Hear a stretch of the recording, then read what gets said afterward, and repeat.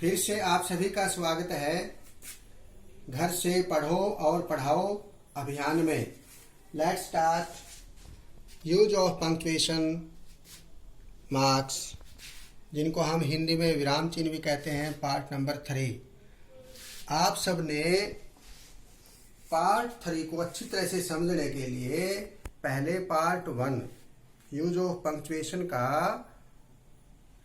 Punctuation marks का part 1 and part 2 अच्छी तरह से वॉच करना है, देखना है, समझना है, ताकि आपको पार्ट नंबर 3 अच्छी तरह से समझ में आ जाए। Punctuation is a set of marks or signs मतलब चिन्ह जिनको बोलते हैं हम, that regulates and clarifies the meaning of different text। आप सबको हम पहले भी क्लियर कर चुके हैं कि जो पंक्चुएशन मार्क्स हैं वो किसी भी टेक्स्ट को रेगुलेट करते हैं, क्लैरिफाई करते हैं, उसके अर्थ को स्पष्ट रूप से हमारे सामने दर्शाते हैं कि इसकी सेंस क्या है और किस संदर्भ में इसको कहा गया है। तो विराम चिन्ह जिसको इंग्लिश में पंक्चुएशन मार्क्स कहा जाता है, इनको ध्यान से समझना हमारे लिए बहुत जरूरी है। Next start. These are punctuation marks, full stop और period. There is capital letters also. First point, capital letters, कि हमें कैपिटल लेटर्स कहाँ कहाँ यूज करने हैं। फुल स्टॉप और पीरियड भी कहा जाता है फुल स्टॉप को। Comma, question mark, inverted commas, sign of exclamation, semicolon, colon, apostrophe, hyphen, dash, brackets or parentheses, ellipses and virgule और slash और oblique। हम पार्ट 1 और 2 में 1 में हमने डिस्कस किया था इंट्रोडक्शन के बारे में, डिटेल में डिस्कस किया था सभी पार्ट्स के बारे में।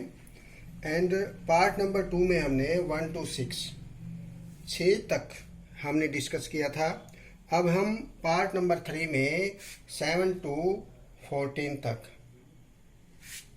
अर्थात semicolon, colon, apostrophe, hyphen, dash, brackets और पैरेंथेसिस, एलिप्सिस एंड वर्गोल और स्लैश और ऑब्लिक, इसके बारे में इस पार्ट में हम डिस्कस करेंगे। पार्ट नंबर 3 में यूज ऑफ सेमीकोलन। सेमीकोलन आप देखते हैं, ऊपर हम डॉट लगाते हैं, नीचे कोमा लगाते हैं, ये सेमीकोलन है, जिसको अर्ध विराम भी कहा जाता है, क्योंकि कोमे को अल्प विराम का कहते हैं। हम थोड़ा सा उसमें ठहरते हैं, पॉज देते हैं, और ये longer semicolon is longer than comma and shorter than full stop।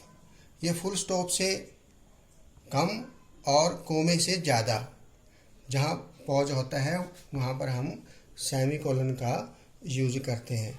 And semicolon joins two independent clause, अर्थात सेमीकोलन हम वहाँ यूज करते हैं जहाँ दो अलग अलग इंडिपेंडेंट क्लोज होते हैं, स्वतंत्र वाक्य खंड, जहाँ दोनों को हम जोड़ते हैं, ज्वाइन करते हैं, लिंक करते हैं, वहाँ पर किसका प्रयोग करते हैं?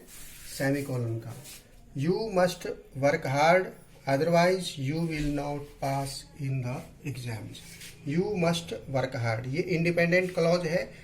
यहाँ पर हम इसको अलग से अकेला भी लिख सकते हैं, तुम्हें मेहनत करनी चाहिए, लेकिन इसके बाद भी मेहनत करने से क्या होगा? इसके साथ जो दूसरा इंडिपेंडेंट क्लॉज हम जोड़ रहे हैं, उससे पहले हम क्या लगा रहे हैं यहाँ पर? Semicolon. It is semicolon, dot, नीचे comma. Otherwise you will not pass in the exam, नहीं तो तुम एग्जाम में पास नहीं होगे, अर्थात आपने मेहनत करनी चाहिए। तो ये हमने क्या यूज किया यहाँ पर? Semicolon. I admire his intelligence, semicolon, I hate his behavior। अब इसमें क्या देख रहे हैं हम? ये विपरीत डेफिनेशन है, ऑपोजिट थिंकिंग है यहाँ पर, कि मैं उसकी जो इंटेलिजेंस है, उसकी जो बुद्धिमत्ता है, उसको तो मैं एडमायर करता हूँ, उसकी प्रशंसा करता हूँ, लेकिन जो उसका बिहेवियर है, उसका जो व्यवहार है वो अच्छा नहीं है, इसलिए मैं उसे हेट भी करता हूँ। तो इसमें डिफरेंस हो गया ना। तो दो इंडिपेंडेंट हैं क्लोज, और उनको लिंक, एक दूसरे से लिंक करने के लिए हमने किसका यूज किया यहाँ पर? सेमीकोलन का। आई एम टायर्ड, मैं थका हुआ हूँ। ये कंप्लीट है, ये इंडिपेंडेंट क्लॉज है, और इसके साथ हम सेमीकोलन लगा करके आगे लिखते हैं आई वॉन्ट टू स्लीप, मैं सोना चाहता हूँ। अब दोनों अलग अलग हैं और लेकिन एक दूसरे से जुड़े हुए भी हैं, किसके द्वारा? सेमीकोलन के द्वारा, कि मैं थका हुआ हूँ, मैं सोना चाहता हूँ। तो इस प्रकार दो जब इंडिपेंडेंट क्लोज है उनको जोड़ने के लिए हम किसका यूज करते हैं? सेमीकोलन का, जिसको अर्धविराम भी कहा जाता है। Use of colon, use of colon यानी कॉलन का मतलब आप सभी जानते हैं, ये दो डॉट, डबल डॉट होती है ऊपर नीचे, ये हम ऐसे डॉट लगाते हैं, तो ये है कॉलन, जिसको अपूर्ण विराम भी कहा जाता है। यानी इससे इसको लगाने से हमें ये होता है कि that is following something it, यानी इसे कोई फॉलो कर रहा है, इसके बाद कुछ ना कुछ हमें इंफॉर्मेशन मिलेगी। टू डॉट लगाने के बाद, अर्थात कॉलन लगाने के बाद, अर्थात एक तरह से पूर्ण विराम होता है, अपूर्ण विराम। इट इज पूर्ण विराम, full stop, full stop is पूर्ण विराम, कोमा इज अल्प विराम, सेमीकोलन इज अर्ध विराम, एंड कोलन इज अपूर्ण विराम। यानी कुछ नेक्स्ट इंफॉर्मेशन देने से पहले हम इस कॉलन को लगाते हैं। किसी कोटेशन को दर्शाने के लिए, किसी के द्वारा कोई उदाहरण, किसी ने कोई कहावत या कोई ऐसी बात कही है जो बहुत इंपॉर्टेंट है हमारे लिए, उस बात को लिखने से पहले भी हम कॉलन का प्रयोग करते हैं। और टाइम को दर्शाने के लिए 3:10 PM, तो ये बीच में आवर एंड मिनट को अलग करने के लिए बीच में हम कॉलम लगा रहे हैं, देखिए 3:10 PM। एंड रेशियो, अनुपात को दर्शाने के लिए 3:4, 3:4, 3:4, 3:4। तो अनुपात को दर्शाने के लिए, टाइम को दर्शाने के लिए, और अलग से एक्स्ट्रा इन्फॉर्मेशन देने के लिए, जैसे 4 गर्ल्स हैव वन प्राइजेज, 4 लड़कियों ने इनाम जीता है। जब हमने किसी सभा में कहा कि 4 लड़कियों ने जीता इनाम, तो जो आगे जो बैठे हैं, श्रोतागण बैठे हैं, उन्होंने कहा कि कौन कौन सी लड़कियां हैं 4, यानी एक तरह से फॉलो हो रहा है उसके पीछे, कुछ न कुछ उसके नाम बताने पड़ेंगे, तभी जाकर के सबको तसल्ली होगी।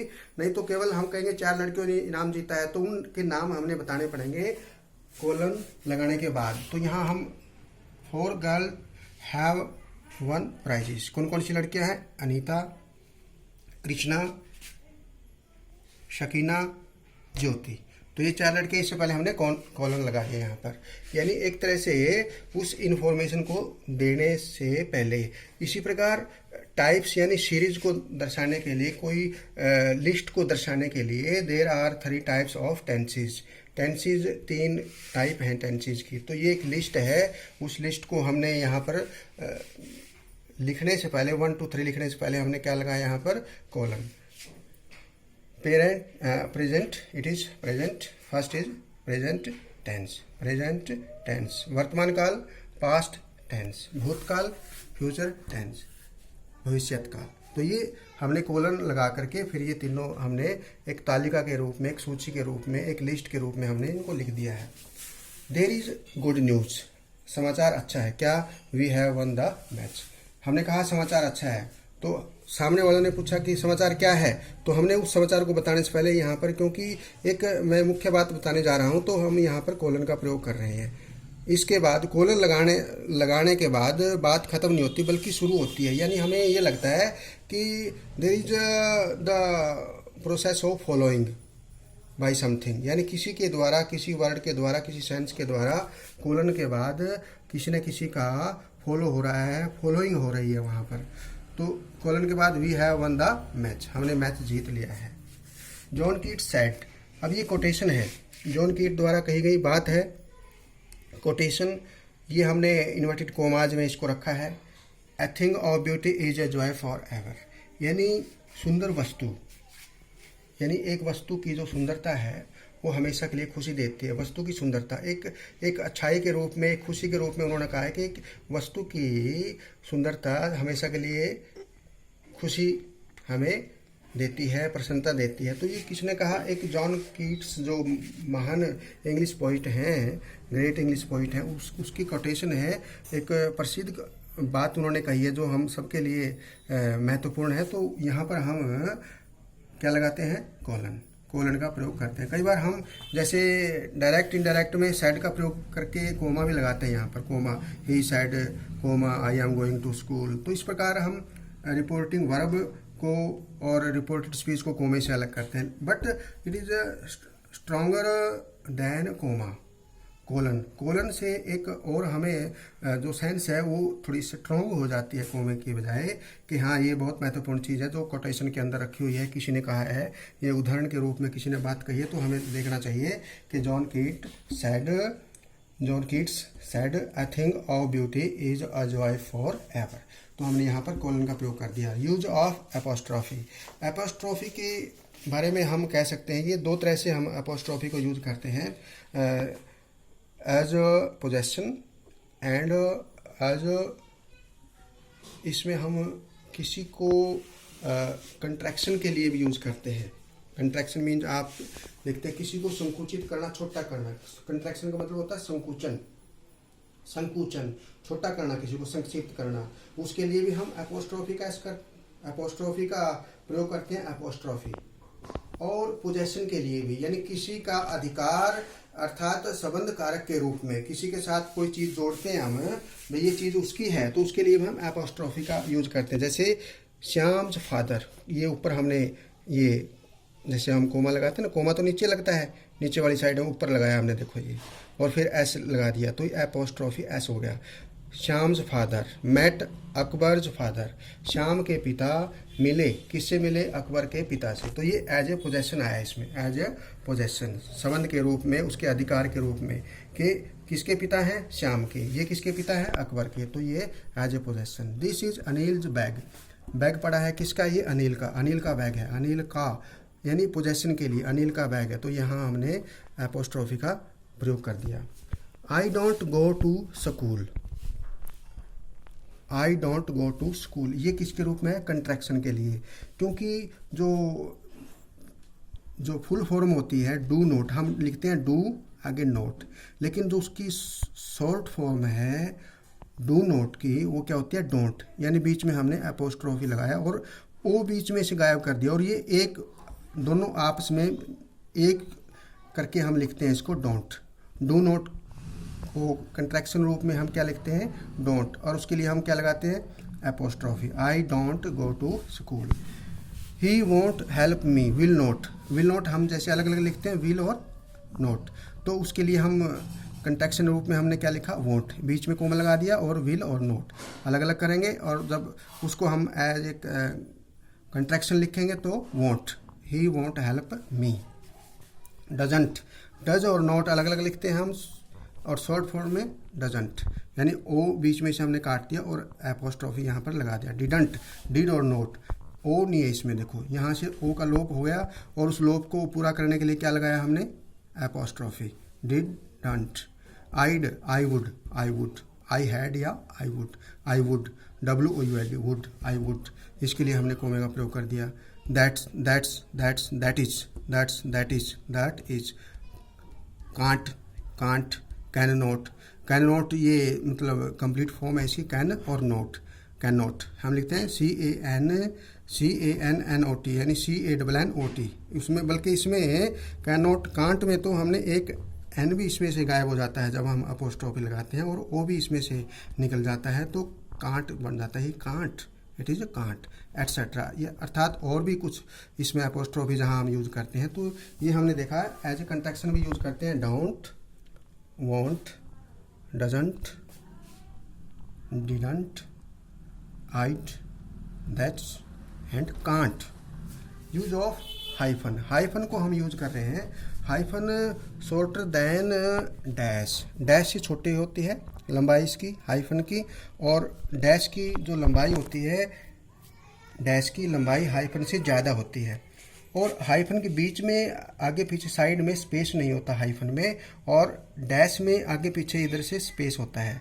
और एक और हम देखते हैं हाइफन और डैश में कि हाइफन में हम पार्ट्स ऑफ वर्ड्स को जोड़ते हैं, यानी कंपाउंड जो वर्ड होते हैं, कंपाउंड वर्ड संयुक्त जो शब्द हैं उनको जोड़ते हैं किसके द्वारा, हाइफन के द्वारा।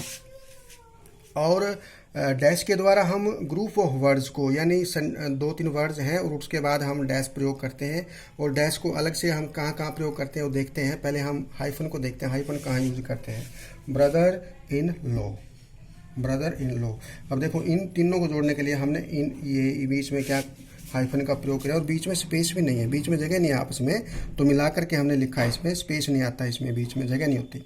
Brother in law, son in law, part time, well known, open minded. ये वर्ड हम संयुक्त जो शब्द हैं उनको जोड़ने के लिए किसका प्रयोग कर रहे हैं, हाइफन का। Open minded, well known, part time, son in law, brother in law. इसी प्रकार सिस्टर इन लॉ हो सकता है, फादर इन लॉ हो सकता है।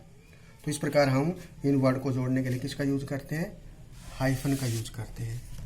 यूज ऑफ डैश, डैश इसकी लंबाई डैश की हाइफन से ज़्यादा होती है, और इसमें एक रेंज ऑफ नंबर, जो नंबर की जो रेंज होती है उसको जोड़ने के लिए हम देखो इसमें स्पेस है, हमने इधर भी स्पेस है थोड़ा सा और इधर भी स्पेस है बीच, और इससे थोड़ी सी लंबाई ज़्यादा भी है हाइफन से।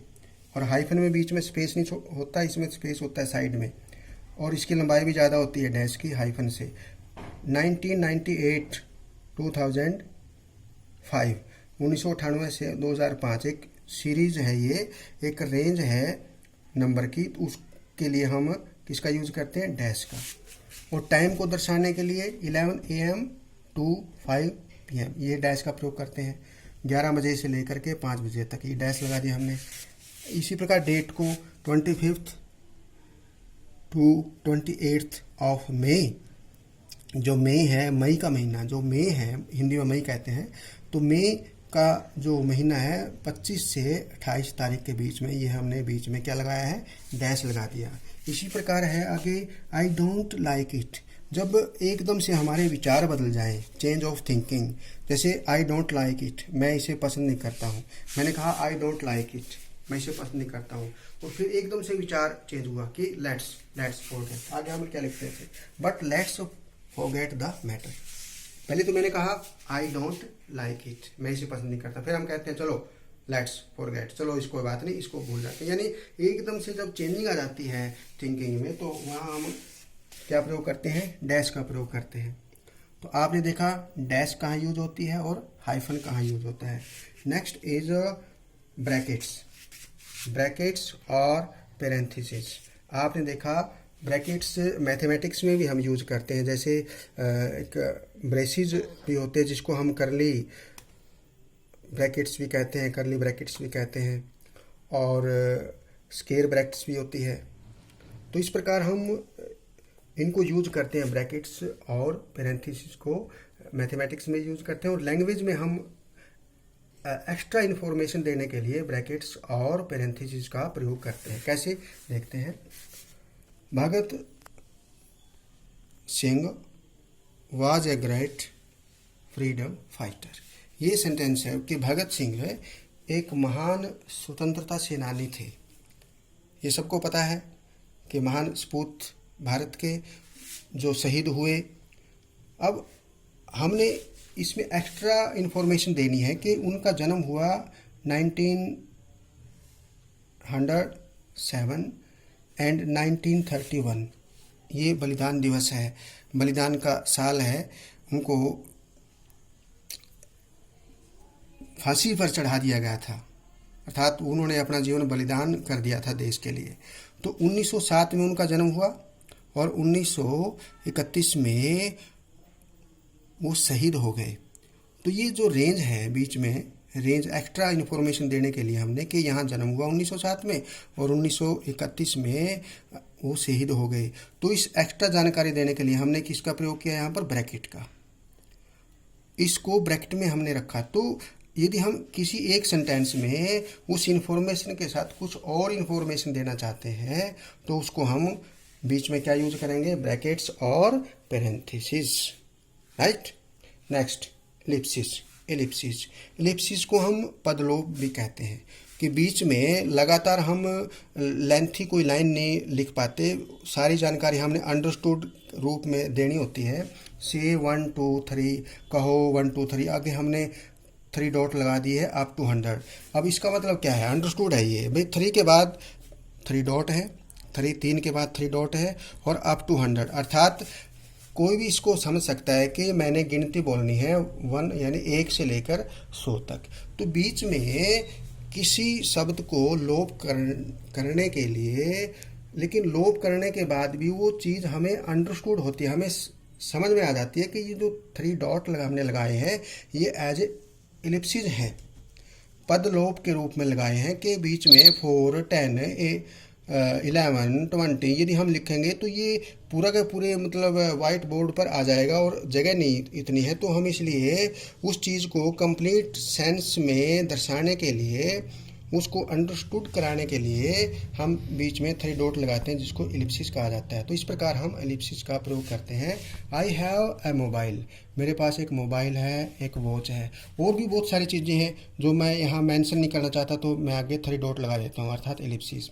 मेरे पास एक मोबाइल है, एक घड़ी है, और भी बहुत सी चीज़ें हैं, 3 एलिप्सिस। तो ये 3 डॉट बहुत इम्पोर्टेंट है, एलिप्सिस के रूप में हम इनको यूज करते हैं।